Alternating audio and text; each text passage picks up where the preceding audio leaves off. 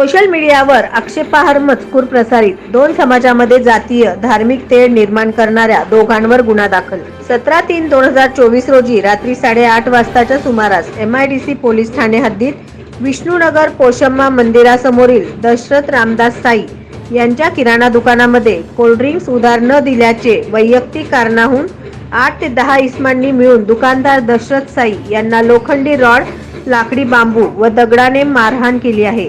त्या अनुषंगाने फिर्यादी दशरथ साई यांनी दिलेल्या तक्रारीवरून संबंधित आरोपी विरुद्ध MIDC पोलीस ठाणे गुर नंबर 134/2024 भादवी कलम 307, 143, 144, 147, 149, 504, 506 प्रमाणे दिनांक 18/3/2024 रोजी गुन्हा नोंद करण्यात आला आहे।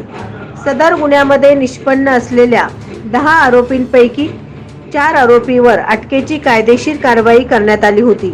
उर्वरित 6 आरोपींचा शोध घेण्याची प्रक्रिया चालू आहे।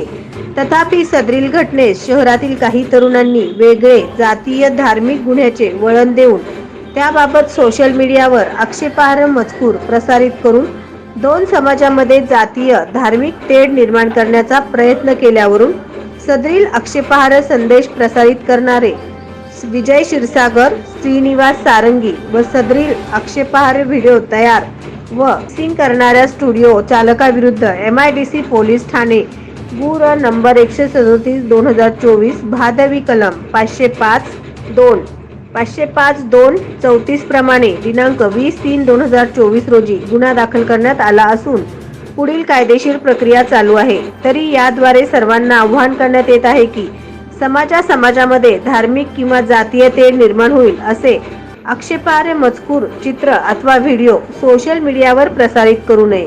तसेच कोणत्याही व्यक्तीच्या धार्मिक भावना दुखावल्या जातील असे कोणत्याही व्यक्तीविषयी, जाती धर्माविषयी, राष्ट्रपुरुषांविषयी अथवा देवी देवतांविषयी कोणत्याही प्रकारचे आक्षेपार्ह वक्तव्य करू नयेत असे आवाहन करण्यात आले आहे।